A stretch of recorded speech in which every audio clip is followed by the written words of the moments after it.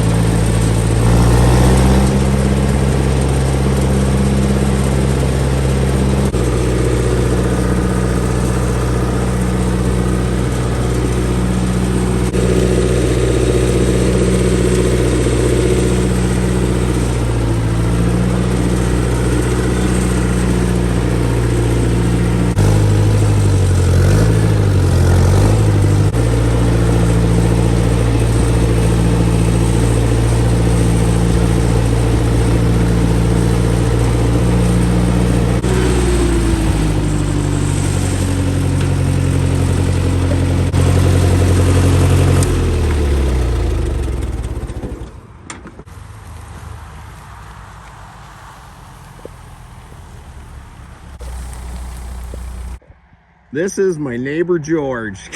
Hello, Peter. Oh man, you were heading up here to bring this to me. Yes. Which was kind enough.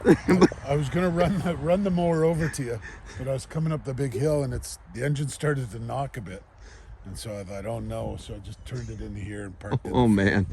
So and you just got this? Yeah, I just picked it up cheap the other day, and it took a lot of tweaking, and I had it running perfectly. Of course, the gauge said no oil pressure, but I just assumed it was a bad gauge, but I don't think I was assuming the correct. So. Oh, it's really, really good shape, though. Yeah. That is really, really nice. Yeah, it's got I think it's called the Sherman overdrive gear. Oh, yeah? That's this thing here. But apparently there's a low gear and a high version. Oh, yeah? Apparently and our other neighbor Neil told me that the high version was for people who couldn't afford a car. They could use it you can go on the road. Town. No way. It'll do about 40 miles an hour.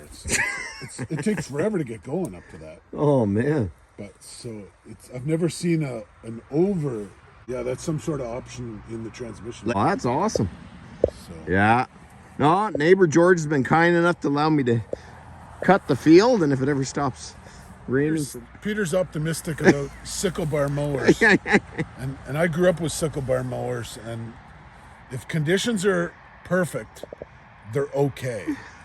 But to expect them to mow hay, like modern hay fields with a lot of legumes, it's really tough to mow with.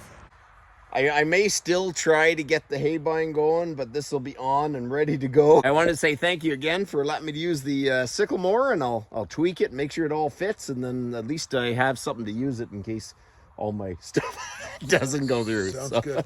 Okay, so let's put it on. Okay. No, I think it'll sit. Oh, it's a Massey Ferguson too?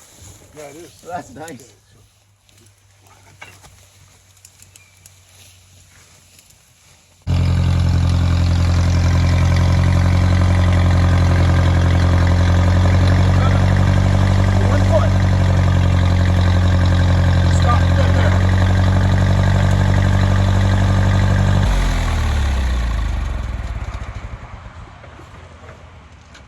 So my success in life is raising 3 kids with no injuries on the farm.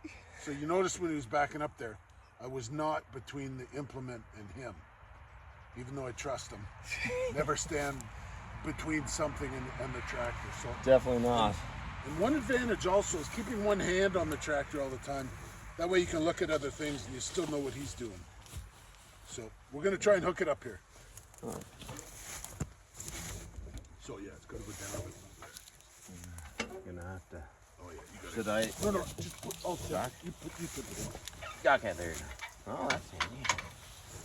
I do. So the neat thing about smaller tractors is you can physically manipulate things to fit. Whereas with bigger stuff, it's just so unwieldy. Got it.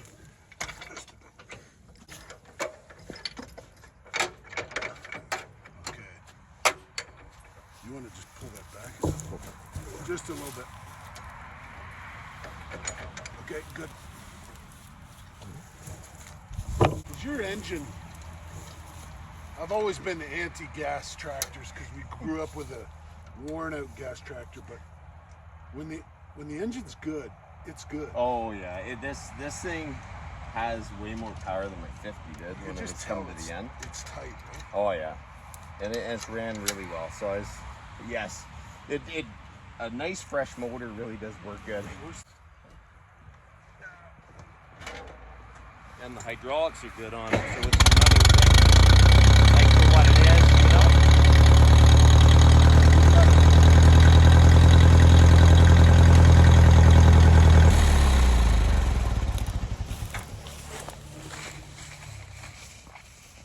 So Peter, I feel bad. This has been stored outside. You can see it was in the mud. It's actually decent shape though, the whole thing. But the biggest weakness of the older sickle bar mowers is the wooden pitman arm. Yeah. It works okay, but the newer sickle bars don't have that. They have a wobble drive down here. And the really new sickle bars, Yeah. I think made by the Amish, they have two sickle bars moving in opposition. No way. And they can mow like crazy. Like crazy. But they're like 10,000. Oh my goodness. It's actually really, really good shape, and I thank you for letting me use it again. Good luck. And I'll make sure she's up and running, and then This strap is poor. yeah, all It's supposed to be a nice half-inch rod. Oh, that goes there? Yeah. It used to have a wing, one-armed wing nut. Oh, yeah? Never came loose because the one arm of the wing Yeah, nut was tight down. to stay down. Oh, that's I awesome. think it went in here. Oh yeah, that hole. Yeah. Oh, that's perfect. I'll make sure she's everything spins, everything's good, and then I can if I might still get, if I get the Haybine running, maybe I'll try it. At least I'll have options. So take a close look up here. This is an interesting arm. This arm goes under the 3-point hitch arm. It's a cast arm. And so when you lift, that's normally down below and not touching, but when you lift up to a certain point, it lifts, which changes all this dynamics Of that. and lifts the tail end of it. Oh no way. So you're lifting. Oh, you're lifting because this hangs out here, so Yeah, that's you're actually lifting the tip of the sickle mower. more than the lifting the whole unit. So if you had an obstruction or something, you could raise it and lift it pretty quickly. Oh no, that's awesome. What is the percentage you think this thing's gonna work? If the hay was really light and dry, 50%. But if it gets thick and heavy and wet, It's gonna, zero. The conditions for a sickle bar to work have to be near perfect.